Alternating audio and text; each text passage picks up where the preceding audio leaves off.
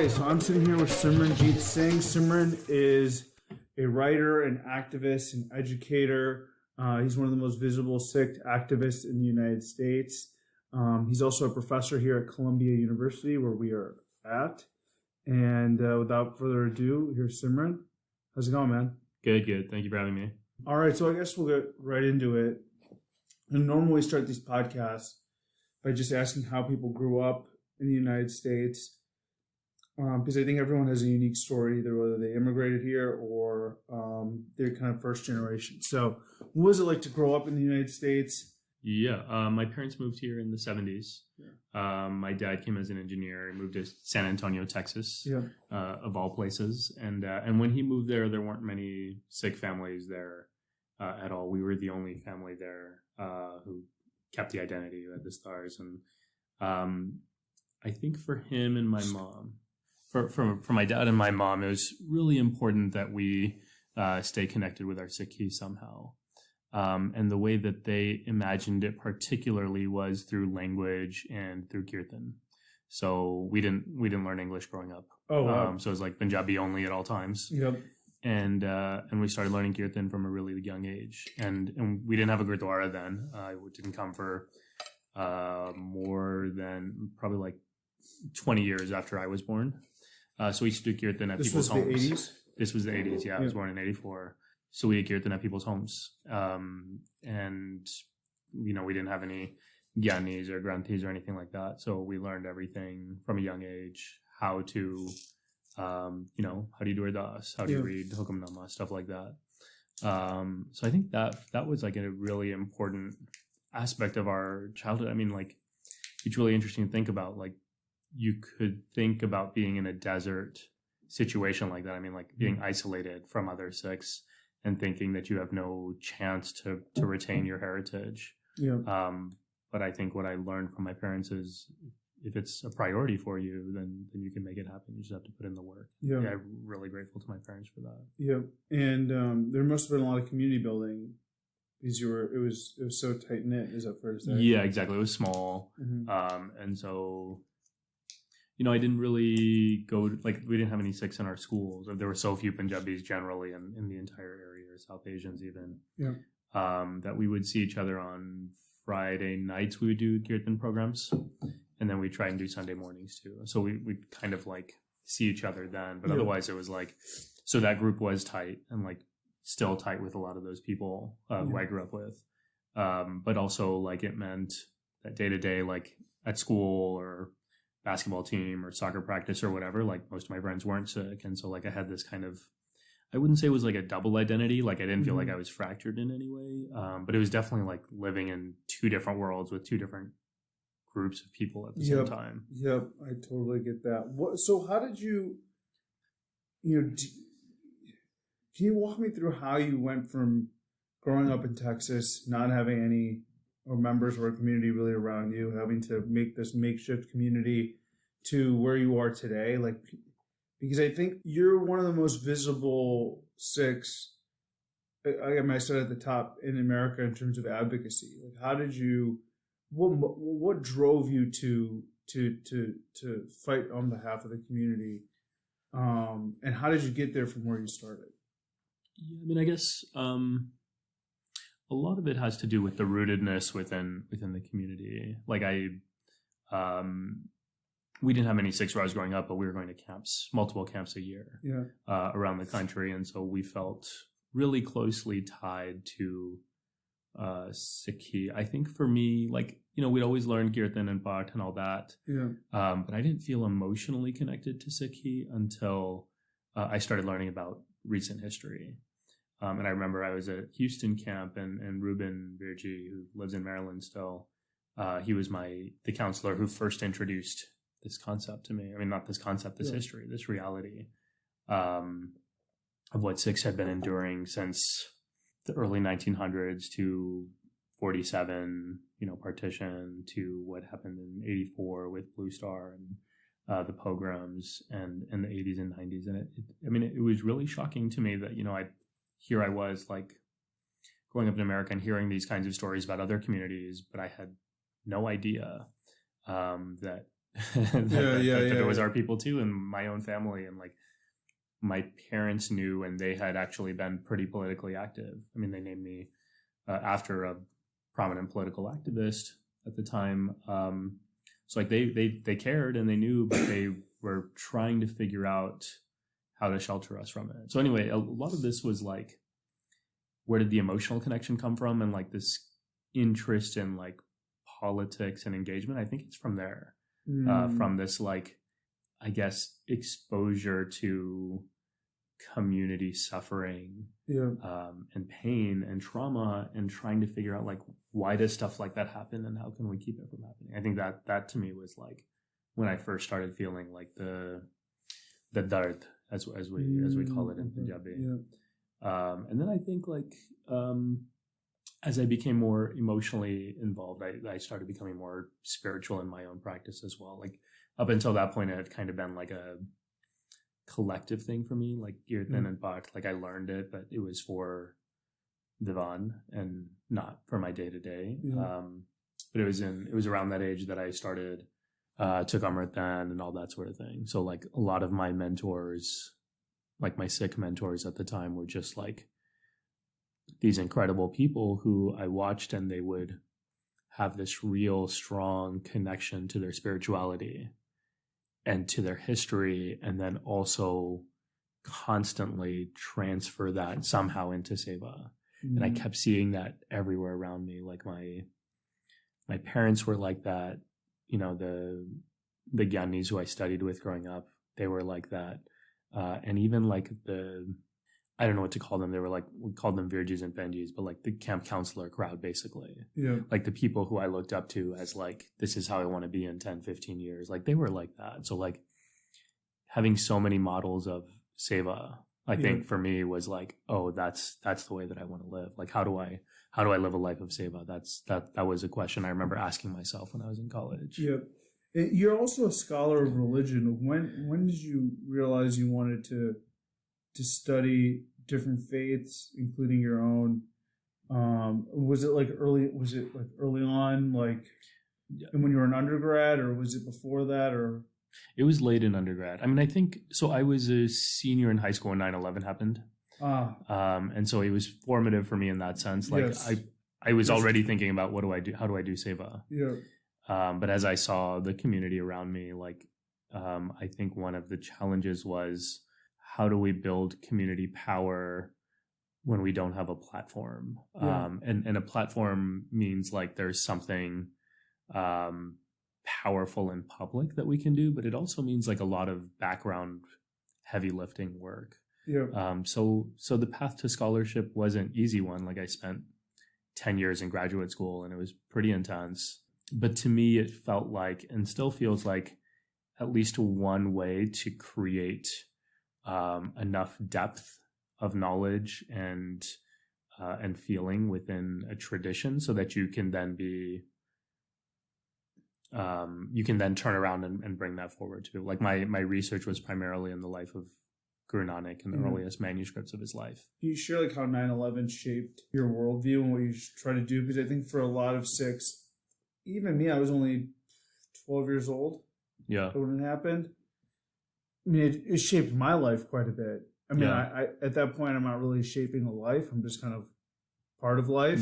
But at the same time, it impacts you significantly if you're around at that time. Yeah, for sure. I guess for me, it was like, there are a few things that happened. One was realizing that identity is not just about how you view yourself.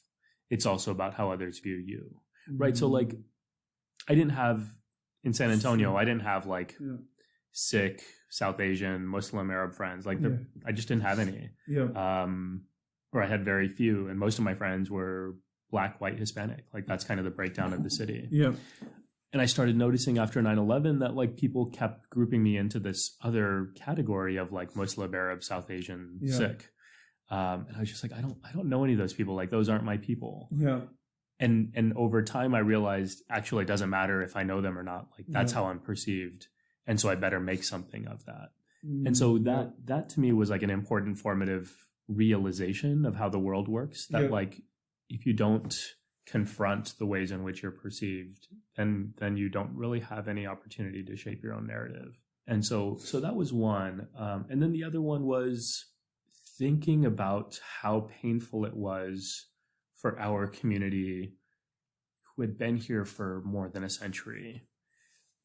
And the pain of still not being known, like feeling invisible. Right. Like growing up, it used to be so frustrating for my parents and for us and for everyone I knew that any book you picked up on religion either didn't mention Sikhi or talked about it as a blend of Islam and Hinduism. Yeah. Right, like how I remember that. How frustrating. And I remember being like in 6th grade or 7th grade, all throughout school, really having to correct the teacher and say, no, this history book is definitely wrong. Right, exactly. And then how much credibility do you have? Because you're like, this is in the book. Exactly. You know what I mean? Exactly. No, I remember that. That's exactly right. And so think about how painful it is for a community. And like, I was just sitting there watching us scramble to like tell our own story and being like, wow, it's been more than a century and we haven't had the chance to do that yet. Like, what does it take for us to tell our own stories? Yeah. And so that's kind of what got the process started for me.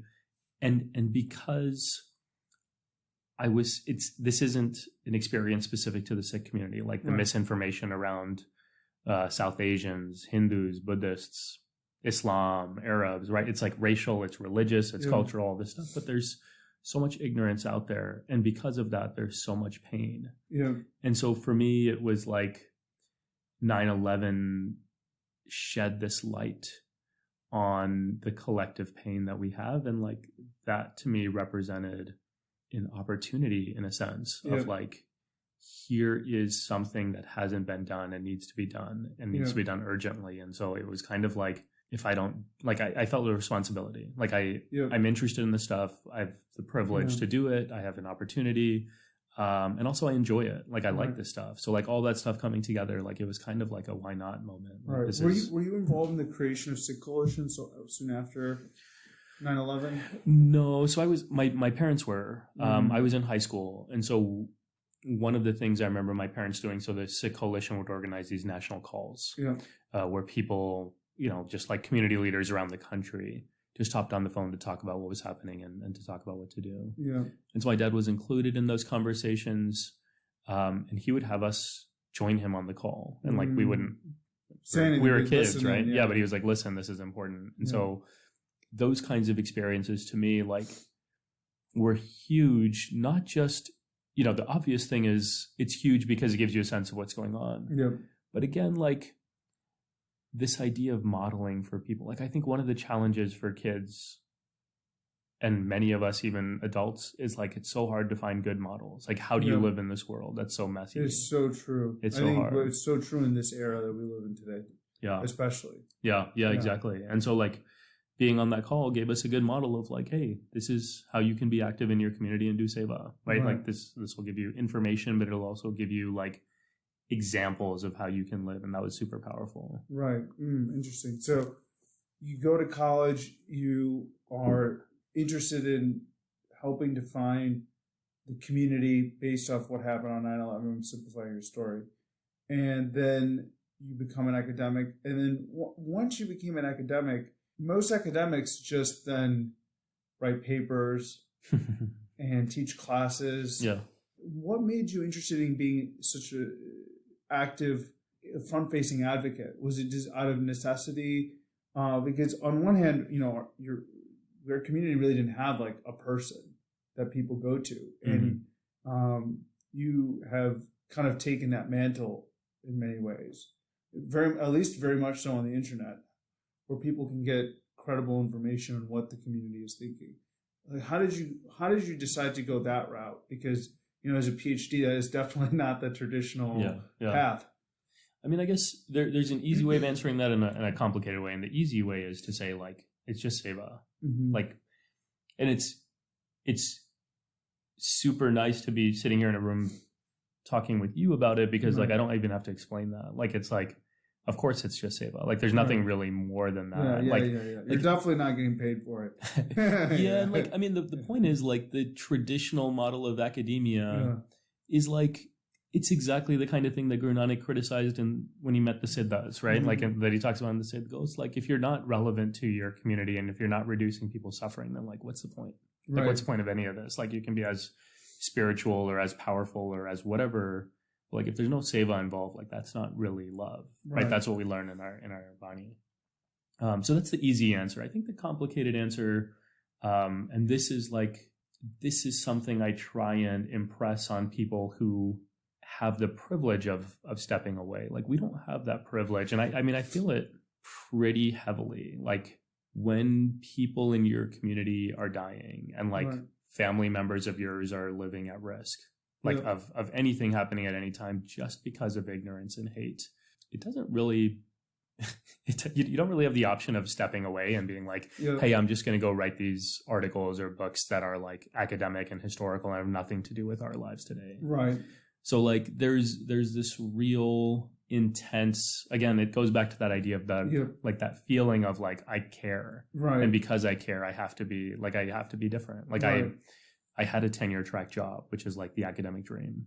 And I left it because I felt like I needed to be doing more in terms of seva. Right. And so like just getting very practical about what needs to get done and doing it. Exactly. Yeah. Exactly. So like, that's kind of it for me. Like it really comes back to that idea of seva. Like, it's not necessarily the traditional or even the most prestigious way of approaching this stuff, but in terms of like what I care about and the people I care about, like this definitely like feels very important and satisfying in that sense. Got it. So what do you do day to day? Because I think most people don't really, because you kind of like pop up. I feel like if you're just an average person, you just kind of pop up in people's either news feeds or someone shares something that you've written or posted. And some people might know you're a professor, but I don't think people even really know what you do. Like do. Do you know what I mean? Yeah, I don't even know what I really do. Okay, sense. Great. Yeah, exactly. Okay, so most of the time goes towards the kids. We have two young kids at home, so that's dad is job number one. I teach. So dad. We should have introduced you as dad first. Oh yeah. Dad life. Yeah. I teach. So I teach now here at Columbia Union Seminary, and I'm teaching a course this semester on Tibetan Buddhism. But I teach various different religions. Yeah. I teach. I write. So I have a regular column that I write. I have a podcast. You've had some phenomenal guests on that podcast. Oh yeah, thank you. That's fun. I see why you do it. It's just like hanging out. It is. What's the podcast called? Just so Spirited. Spirited, and people can find it anywhere. Yeah, exactly. Okay, great. Can you tell people some of the cool guests that you've had on? This audience, who would they be interested? Jagmeet Singh was on from Canada, so that was a great conversation.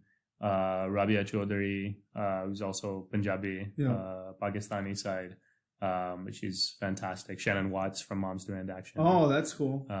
It's fun. It's a fun podcast. Yeah. What else? There's a children's book I'm working on that comes out soon called Fauja Singh Keeps Going. It's about my running inspiration. I met him 7 years ago. He's still alive, which is crazy. He's still alive. He's 108 now. Yeah. He's still walking several miles a day. He was over 100 years old when I met him. And when I met him, it was like interacting with like a middle-aged man. In terms of his energy levels? His energy levels amazing. And his ability to just walk. Because I was comparing him to my grandparents. I mean, to fairness, my grandparents, at that time, they were both very sick. Mm-hmm. But they were many decades younger than him. He was just, it's very inspiring. Oh, yeah. Just to see somebody at that age being able to have that much life and that much awareness. Do you know what I mean? Yeah, exactly. And it's also like, when I started this children's book, he's always been an inspiration to me. That's how I got into marathoning. Yeah. Interesting. So like a special place in my heart. But as I learn more about his story to write this book, because it's a picture book biography. As I learn more about his story, he's even more impressive than I ever imagined. Oh, yeah. And so it's one of those stories that you're like, man, I couldn't have, if this was a fiction book, I couldn't have made up a better story than to my understanding is that he didn't even start running until he was very old. Until his 80s. 80s, very old. Yeah. And also he didn't start walking until he was older. Like he had a disability. He wasn't able to walk. So then he couldn't go to school because he couldn't walk. And so he never learned to read or write. What? And to this day, he can only write his name. And that's in the foreword of the book, he writes in the Urdu script. So it has his name, Fauja Singh, and that's the only thing he knows. I think it truly shows you that you can remake yourself. Yeah. At it's quite literally any age. Yeah, and I think for me, the power of the story is like all these assumptions we have about what our capabilities are. Oh, right. Yeah. Like around not just disability, but also race, age, class, geography, like religion, like all these things playing this. Yeah, it's super, super inspiring to me. Yeah. I want to ask you about your remarks in New York. So Simran Jeet gave some great remarks at the mayor's interfaith breakfast. I'll summarize them, but you can please correct me if I'm saying anything incorrect here. Also, what was great is that you explained what Sikhs were to the crowd, because I'm confident most people didn't know. Even though, like you said, most people were very highly educated, sophisticated people. I think your essence of the point that you were making about like faux solidarity, where it's solidarity for show only, in effect, and not true solidarity. And standing with other communities. And I think it's an uncomfortable point because there's a lot of truth to it. Yeah. And in many cases, that breakfast is kind of a symbol of that in a way. It doesn't have to be, but it is the case. Can you elaborate on that? And what do we do about it? Yeah, sure. I mean, I think, so I make this distinction between what I call performative solidarity and authentic solidarity. And performative solidarity, as you're describing aptly, is basically just this idea that what we call virtue signaling. Like you say you care about something. You say you care about something to score social points and like to show your friends, to signal to your friends that, hey, look at me. This is what I believe. And like you take a position, and you see it especially with the age of social media, right? Like I announced that I am against the Muslim ban.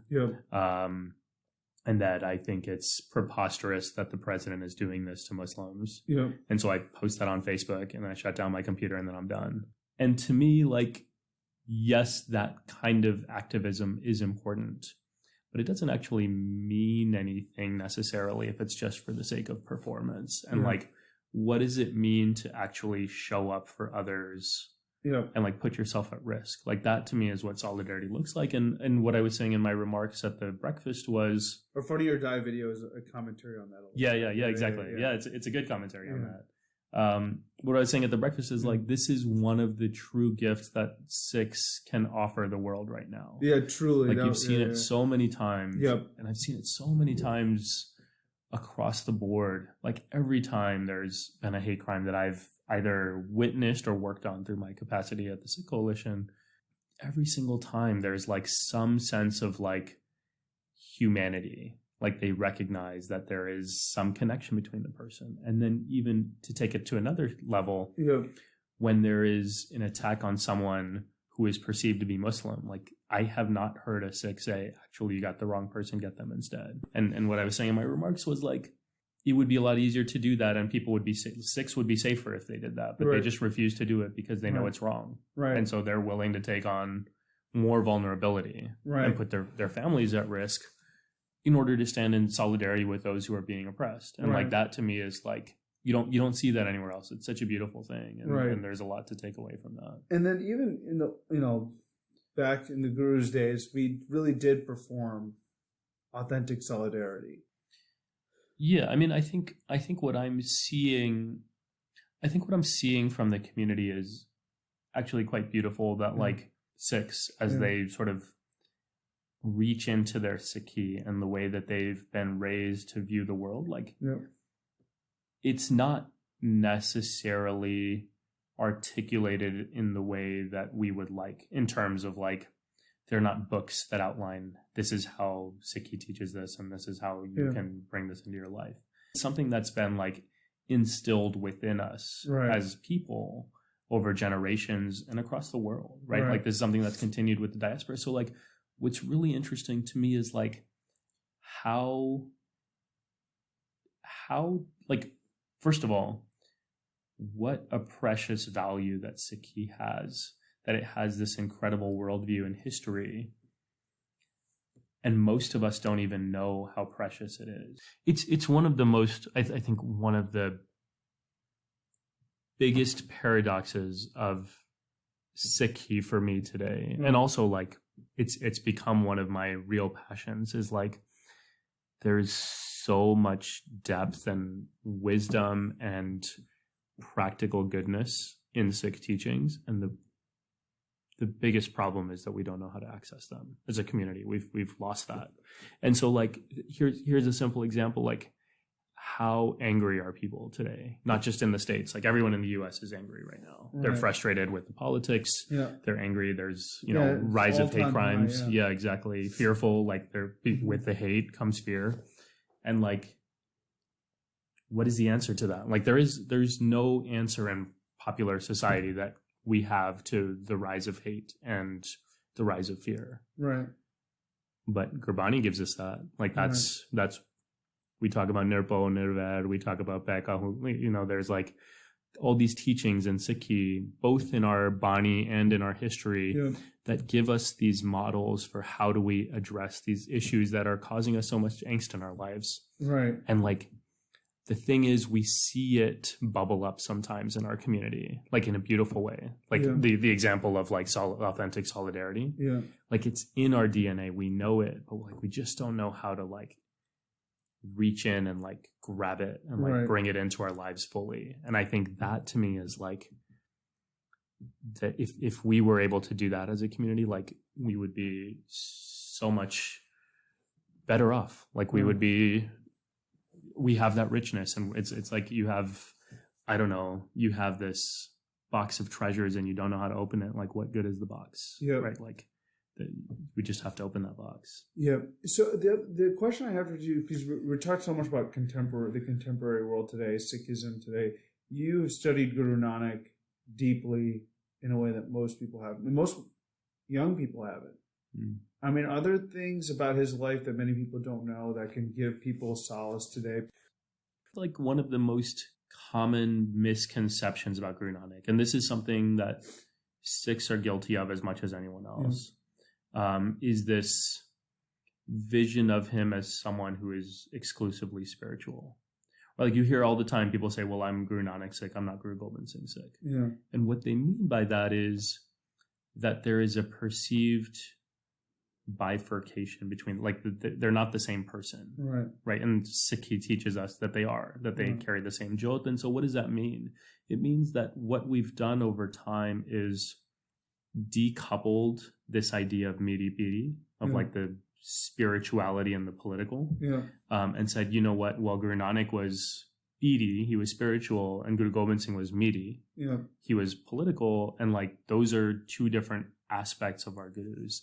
And if you look at Guru Nanak's life, that's not actually true. Right. And we all know it if we think about it, but we don't actually think about it, right? That's the problem. We all know that Guru Nanak was politically engaged. He was socially concerned. Like he was an activist. Right. He confronted, very much so. He confronted Babur, right? The emperor. Like imagine like you confronting Trump today, like as a person of power, right? Like, so let's say you have enough power that Trump pays attention to you and you confront him, like, how are you going to call that apolitical? Of course it's political. Right. And like you have these, I mean, the first Sakhi that I learned about Guru Nanak was the Sacha Soda Sakhi, that his dad gave him money, go do a good deal, and he goes and gives it to people who need it. Right. That's like social concern. Yeah. Of course it's political. So like we've misled ourselves into thinking like Guru Nanak was this, and it's apparent in our images of our gurus that we have now, right? Like we perceive him to be this exclusively spiritual person, and he's always been political. Right. And the thing that he teaches, and we touched on this before, is if you really believe in Nikonkar, if you really think the world is connected, and you really love the world, of course your impulse will be to do seva, right? Like that's the natural outcome. That's what Sikhi teaches us. And so seva is political. Yeah. It's action within this world. It's activism. And so I think that is where we sort of fall short sometimes in our thinking of Guru Nanak. And it's something that I feel really strongly about bringing back to our collective memory of him, and not just who he was, but also what he means to us today. Right. Well, what was always interesting to me that I often wonder about, I don't know if you have the answer to this, is that things he was saying at that time were incredibly radical. That just take one fact, men and women are equal. Very radical thing to say at that time. And at the same time, in Europe, I think Martin Luther was also alive. And, around the same time. Around the same time. We study Martin Luther as this absolute radical that changed Europe, and he did. That's fair to say. But I think Guru Nanak's vision was much more revolutionary on a social construct of how he viewed the equality and oftentimes you say oneness of human beings. And it's surprising to me that nobody in his travels tried to harm him in the same way that, Martin Luther's beliefs when they caught fire turned Europe upside down. I'm surprised that someone that had, even further egalitarian views didn't cause more people to be upset at him or try to murder him or cause violence because it was such an assault on the hierarchy at that time. Do you know what I mean? Do you know what was it about him that it was able to win people over as opposed to cause tension? Well, I think a couple of things I'd say to that. One, there were people who tried to harm him. Yeah. And what you see in the lives of the gurus is as the Panth begins to accrue more power, the tensions increase, right? So like when by the time of Guru Arjan Sahib, he's martyred. And then that continues on through the battles with the next few gurus.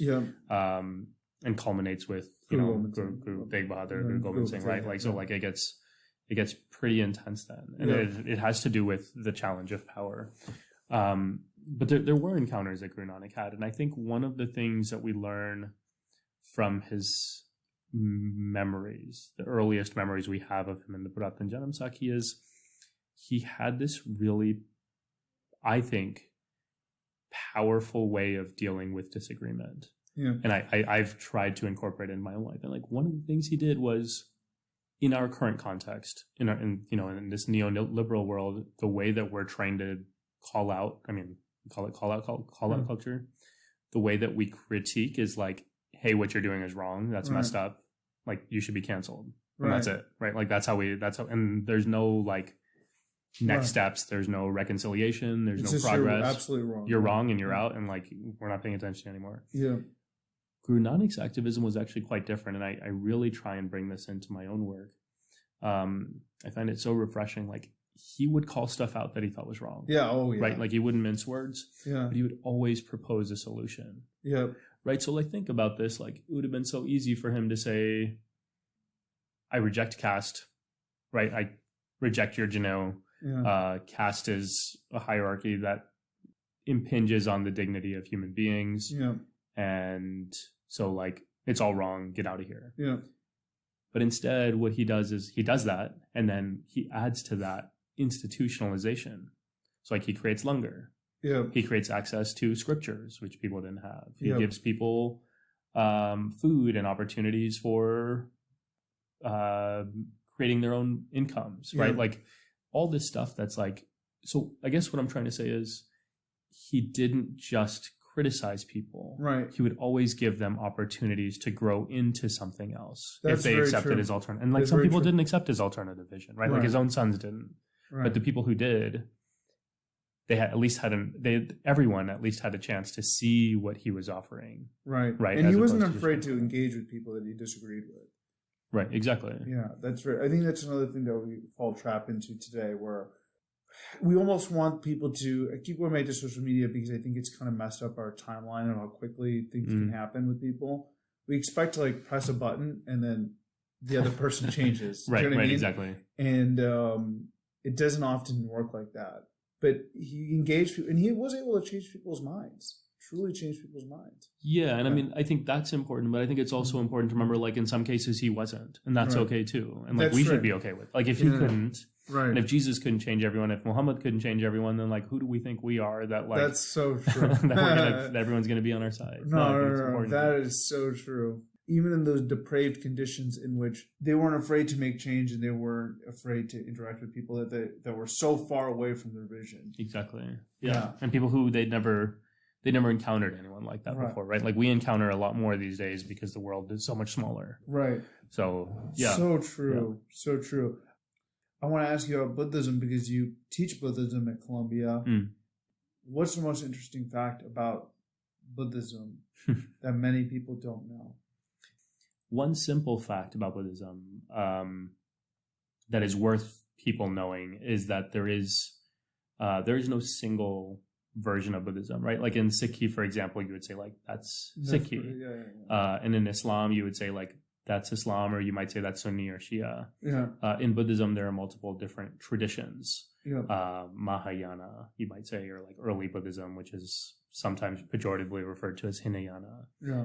Chan Buddhism or Zen Buddhism, right? There's Tibetan Buddhism, right? So there are like these different strands of Buddhism, and like sometimes you might find it to be the case that like a Buddhist who practices one version would like not recognize the Buddhism practiced by someone from another tradition. And so like it can be that different. Is there considered like a pure form of Buddhism that it's kind of like any religion, like anyone who practices the version, they have the pure version. Yeah, exactly. Got it. And everyone else is wrong.